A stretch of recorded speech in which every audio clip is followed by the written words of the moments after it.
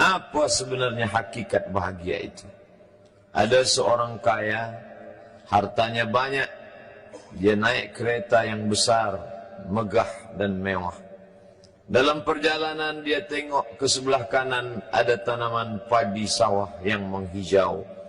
Lalu dia pandang ada budak-budak kecil membawakan makanan beserta ibunya menuju pondok di tengah sawah. Suami sudah menunggu makanan siang tiba. Apa kata orang kaya dalam kereta? Oh, bahagianya petani. Di tengah perutnya lapar, istri dan anaknya datang. Makanan tiba pada waktunya. Air minum dapat menghilang dahaga. Lapar hilang, rindu pun sirna. Karena istri dan anak ada di sekitar dia. Bahagianya menjadi petani, kata orang kaya dalam kereta. Masa orang kaya berpikir bahwa dia tidak bahagia?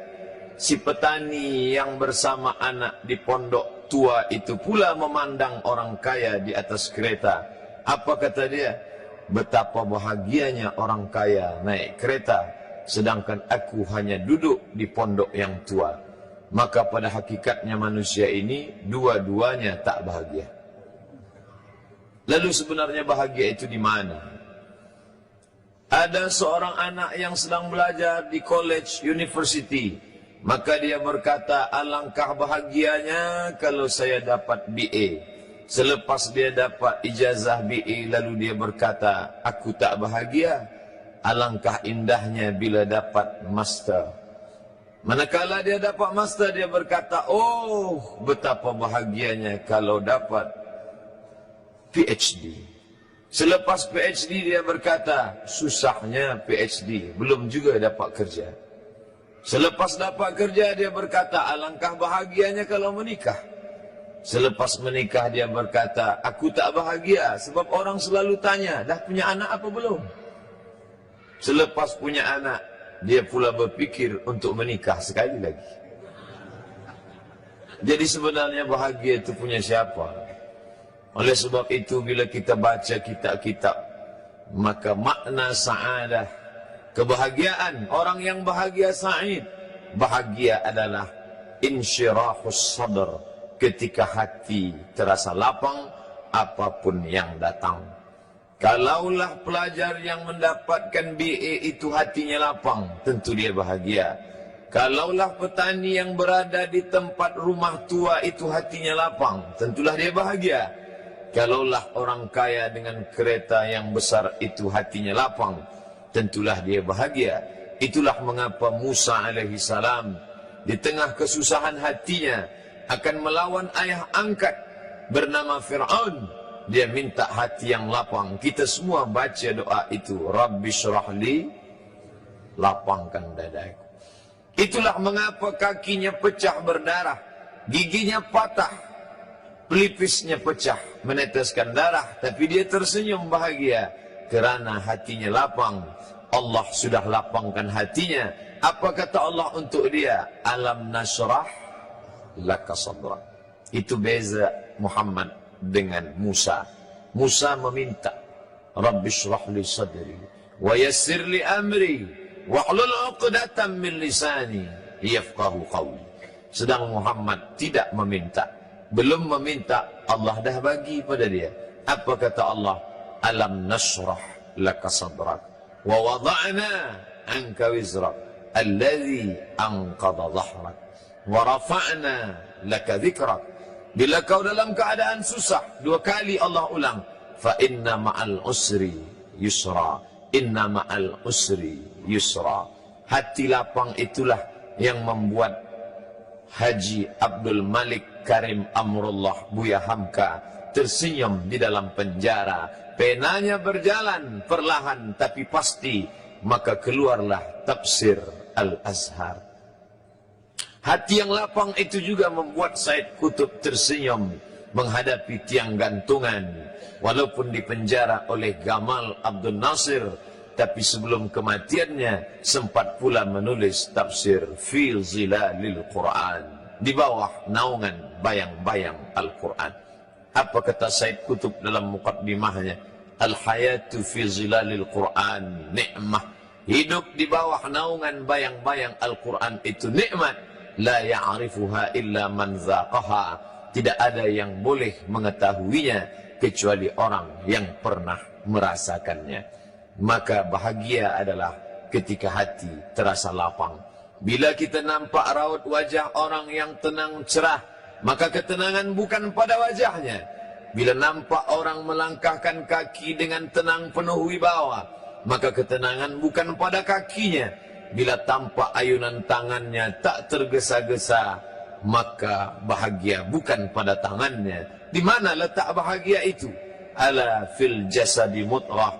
Ketahuilah dalam jasad ada segumpal, ada sekepal, ada sesuap. Idza salahat salahal jasadu kulluh. Kalau yang segumpal itu baik, maka yang lain ikut menjadi baik. Wa idza fasadat fasadal jasadu kulluh.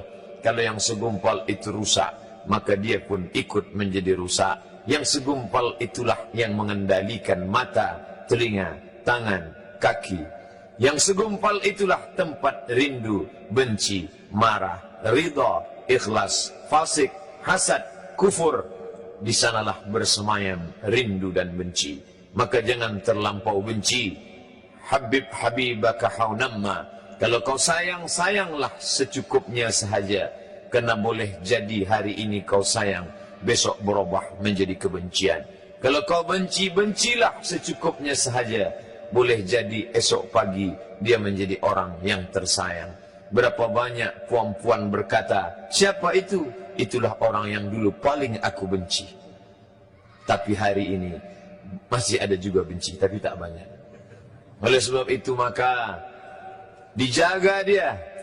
Yauma la yanfa'u malun. Hari itu tak ada guna harta. Wala banun. Tak ada guna anak. Illa man atallah. Kecuali orang yang datang menghadap Allah. Biqalbin salim. Dengan hati yang salim.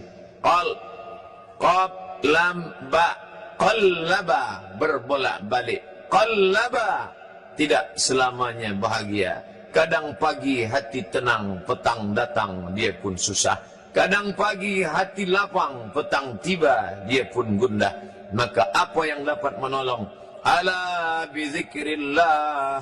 Ketahuilah dengan banyak menyebut mengingat Allah, tatma'innul qulub, maka hati akan menjadi lapang. Qalbul mu'min baina asabi'ir rahman. Hati orang beriman berada di antara jari jemari kuasa Rahman. Kalau dia hendak, dia balikkan yang senang menjadi susah. Kalau dia berkehendak yang susah, dia balik menjadi lapang. Berapa banyak orang yang tampaknya mungkin kita kata dia susah, tapi dia masih boleh tersenyum. Sebaliknya orang yang menurut pandangan zahir kita cukup segala, makan, pakai, tapi tampaknya kesenangan tak pernah singgah. Apa sebab? Kerana hati milik Allah. Dia ada dalam diri kita, tapi dia bukan punya kita. Lillahi ma fis samawati wa ma fil ard. Apa di langit, apa di bumi, milik Allah. Balikkan kepada Allah. Dari Allah, balik kepada Allah. Senang mengucapkannya, payah mengamalkannya, lebih sulit memasukkannya ke dalam hati. Oleh sebab itu, maka apa cara supaya hati menjadi lapang? Yang pertama, iman. Mesti ada iman. Percaya bahawa dia ada walaupun tak tampak oleh mata. Dulu ada seorang filosof, dia berkata bahawa aku percaya dia ada bila boleh tampak oleh mata, disentuh tangan, didengar telinga. Tapi bila tidak dapat ditengok mata, dipandang mata, didengar telinga, disentuh tangan, maka dia tidak ada. Inilah orang-orang yang berfaham wujudiyah. Wujud ada, mikrofon ada, mimbar ada, orang ada. Kerana aku boleh menatap dengan mata, mendengar suara dengan telinga, bersapa tangan dengan alat yang diciptakan Allah Subhanahu wa ta'ala. Tapi kita mengenal dia bukan kerana rupa. Bahkan bila kita pejam mata nampak berbagai macam rupa, itukah dia? Bukan. Walam yakul lahu kufuwan ahad. Bila kita pandang tengah malam tampak bermacam warna rupa, itukah dia? Ma khatara bibalik fallahu laysa kadzalik. Apa yang terlintas di hatimu, maka dia tidaklah seperti itu. Dia tak dapat dipandang dengan mata. La tudrikuhul absaru, dia tak dapat ditangkap mata. Wa huwa yudrikul absara, dialah yang dapat menatap mata. Jangankan dia, wajah kita pun kita tak boleh melihatnya. Siapa yang boleh melihat wajahnya?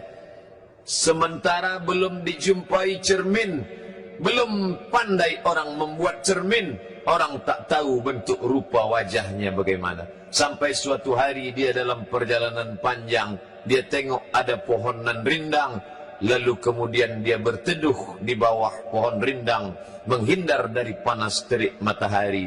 Di bawah pohon rindang ada kolam air, maka saat dia akan mengambil minum dari air kolam, disitulah dia melihat wajahnya. Oh, begitu rupa wajah di dalam air kolam.